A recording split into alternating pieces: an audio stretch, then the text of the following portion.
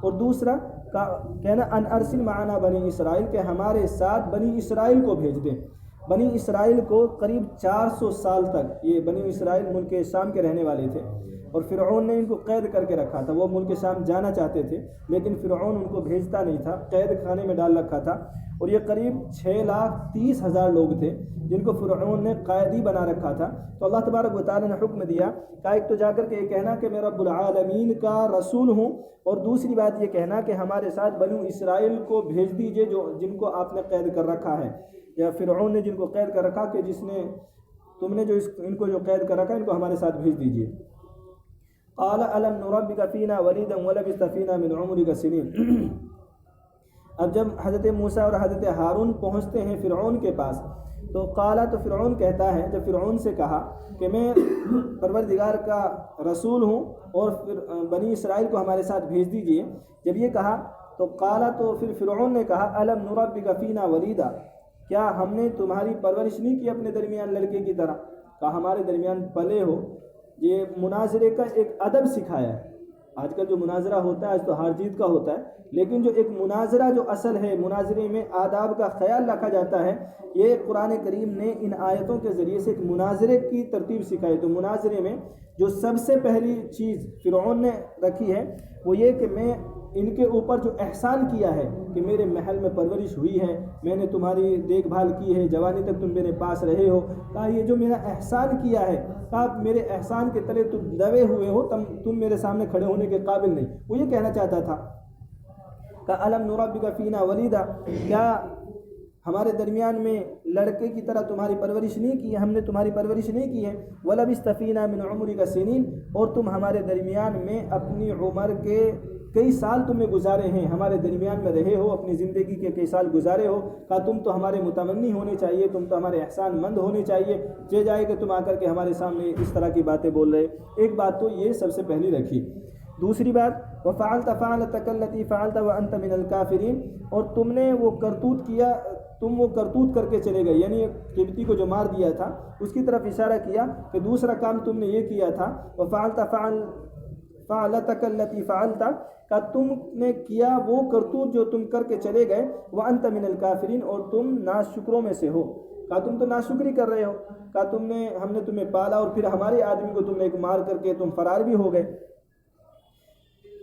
حضرت موسیٰ علیہ السلام نے جواب کی ترتیب دیکھو کیا بنائی۔ جو پہلے سوال کیا تھا اس کا پہلے جواب نہیں دیا، بلکہ جو بعد میں سوال کیا تھا اس کا پہلے جواب دیا، اور پھر جو پہلے سوال کیا تھا اس کا بعد میں جواب دیا۔ قال فعلتها اذا وانا من الضالين، حضرت موسیٰ علیہ السلام نے فرمایا فعلتها، میں نے ایسا کیا، میں نے اس کو مارا، اذا وانا من الظالمين، کہا کہ تب میں غلطی پر تھا۔ مطلب یہ ہے کہ میں نے اس کو جان بوجھ کر کے قتل نہیں کیا، میں نے اس کو جان بوجھ کر نہیں مارا، میں تو اس کو تنبیہ کرنا چاہتا تھا، اور میں اس کو مار کر کے بتانا چاہتا تھا کہ تم غلطی پر ہو، اور کہ میں نے اس کو جب مارا غلطی سے تو وہ مر گیا، میرا ارادہ اس کو مارنے کا نہیں تھا، اور جب جان بوجھ کر کے مارنے کا ارادہ نہیں تھا اور وہ دھوکے سے مر گیا ہے، تو پھر یہ بات نبوت کو روکنے والی نہیں ہے کہ میں اللہ کا نبی نہ بنایا جاؤں اس وجہ سے۔ ہاں اگر میرا جان بوجھ کر میں کسی کو مار دیتا پھر یہ نبوت کے خلاف تھا، پھر مجھے اللہ تبارک و تعالیٰ نبیوں میں شامل نہیں کرتا، لیکن چونکہ وہ جان بوجھ کر نہیں تھا اس لیے اللہ تبارک، یہ جو ہوا تھا یہ غیر بلا ارادہ ہوا تھا، ارادے سے نہیں ہوا تھا۔ غلطی بھی مان لی حضرت موسیٰ علیہ السلام نے، اور اس غلطی کی وجہ بھی بتا دی کہ میں نے جان بوجھ کر کے قتل نہیں کیا تھا بلکہ وہ ہو گیا تھا۔ قال، حضرت موسیٰ علیہ السلام نے فرمایا فعلتها، میں نے ایسا کیا، اذا وانا من الضالین، تب میں گمراہی پر تھا، چوکنے والوں میں سے تھا۔ ففررت منکم، پھر میں تم میں سے مفرور ہو گیا، میں پھر تم میں سے فرار ہو گیا، بھاگ گیا۔ لما خفتکم، جب مجھے تمہارا ڈر ہوا۔ فوہب لی ربی حکما، پھر میرے رب نے مجھے حکم دیا۔ وجعلنی من المرسلین، اور مجھے رسولوں میں سے بنا دیا۔ کہا کہ پہلے یہ بات حقیقت ہے کہ مجھ سے وہ بلا ارادہ وہ قتل ہوا تھا، اور پھر اس کے بعد میں فرار بھی ہو گیا تھا تمہارے ڈر کی وجہ سے، لیکن پھر میرے رب نے مجھے حکم دیا اور میں تمہارے پاس آنے کا، مجھے رسولوں میں سے اللہ تبارک و تعالیٰ نے بنا کر کے تمہارے پاس بھیجا ہے، مجھے رسول منتخب اللہ تبارک و تعالیٰ نے کر لیا ہے۔ تو جو دوسری بات تھی کہ تم نے اس کا جو قتل کر دیا تھا، اس کا جواب دیا۔ پھر جو پہلی بات تھی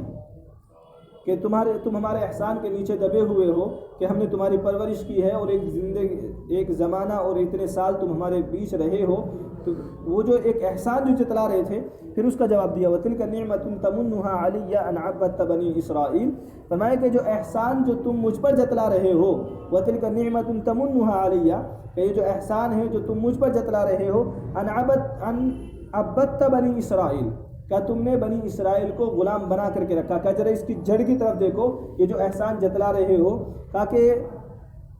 بنی اسرائیل کو تم نے قید کر رکھا تھا اور ان کے اوپر تم ظلم و زیادتی کر رہے تھے کہ ان کے یہاں جو لڑکے پیدا ہوتے تھے تم ان کو قتل کر دیا کرتے تھے۔ میری والدہ نے مجھے صندوق کے اندر رکھ کر کے دریا کے حوالے کر دیا تھا، پھر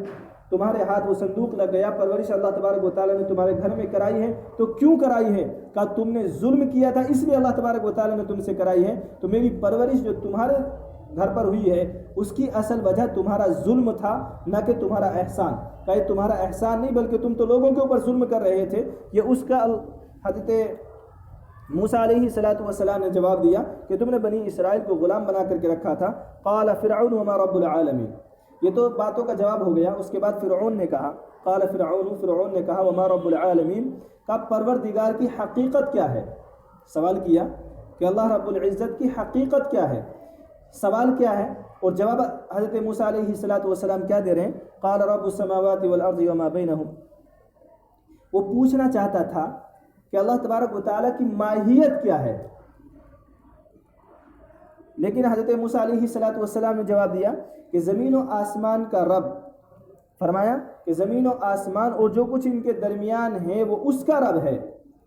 کا جو ہمارا پروردگار ہے، کا زمین آسمان اور جو اس کے درمیان سب کچھ ہے، کا اس کا رب اللہ تبارک و تعالیٰ ہے، وہ پروردگار ہے۔ ان کنتم موقنین، اگر تم یقین کرو۔ قال لمن حولہ الا تستمعون، تو فرعون نے جو ان کے آس پاس بیٹھے تھے ان سے کہا الا تستمعون، کیا تم سن رہے ہو؟ کیا تم سن نہیں رہے ہو؟ کہا کہ میں نے سوال کیا تھا اور جواب کیا دیا؟ میں نے پوچھا تھا کہ پروردگار کی حقیقت کیا ہے، اور انہوں نے جواب دیا ہے کہ وہ زمین و آسمان اور جو کچھ اس کے درمیان اس کا رب ہے۔ تو وہ اس کو جو آس پاس بیٹھے تھے اور فرعون اس بات پر ہنسنے لگے۔ قال لمن حولہ، تو فرعون نے اپنے آس پاس والوں سے کہا الا تستمعون، کیا تم سن نہیں رہے ہو؟ قال ربکم ورب آبائکم الاولین، تو حضرت موسیٰ علیہ السلام نے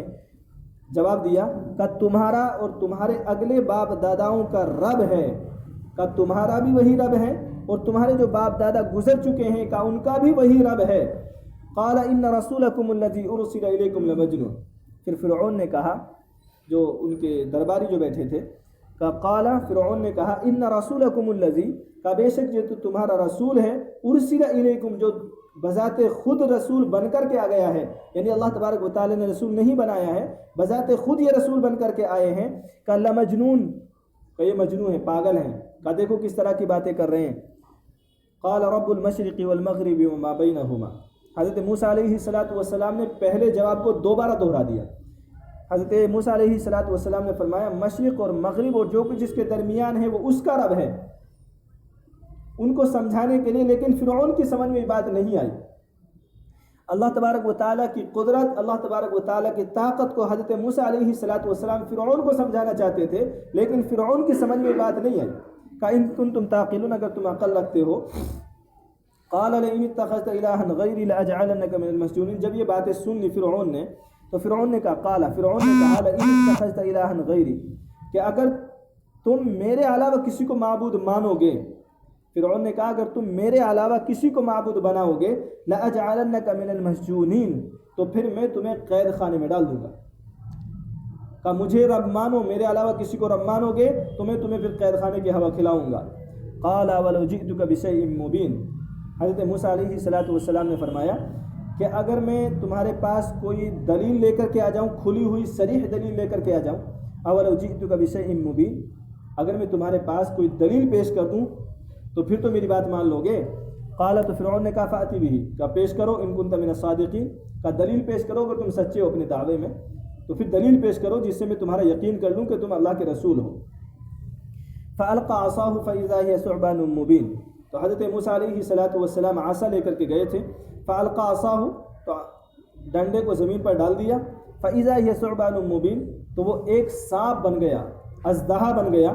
مبین جو سب کو نظر آ رہا تھا، ایسے کھلا ہوا سانپ تھا، ایسا نہیں کہ نظر بندی کا کوئی مسئلہ ہو، بلکہ سب کو سانپ نظر دکھ رہا تھا، کھلا ہوا تھا۔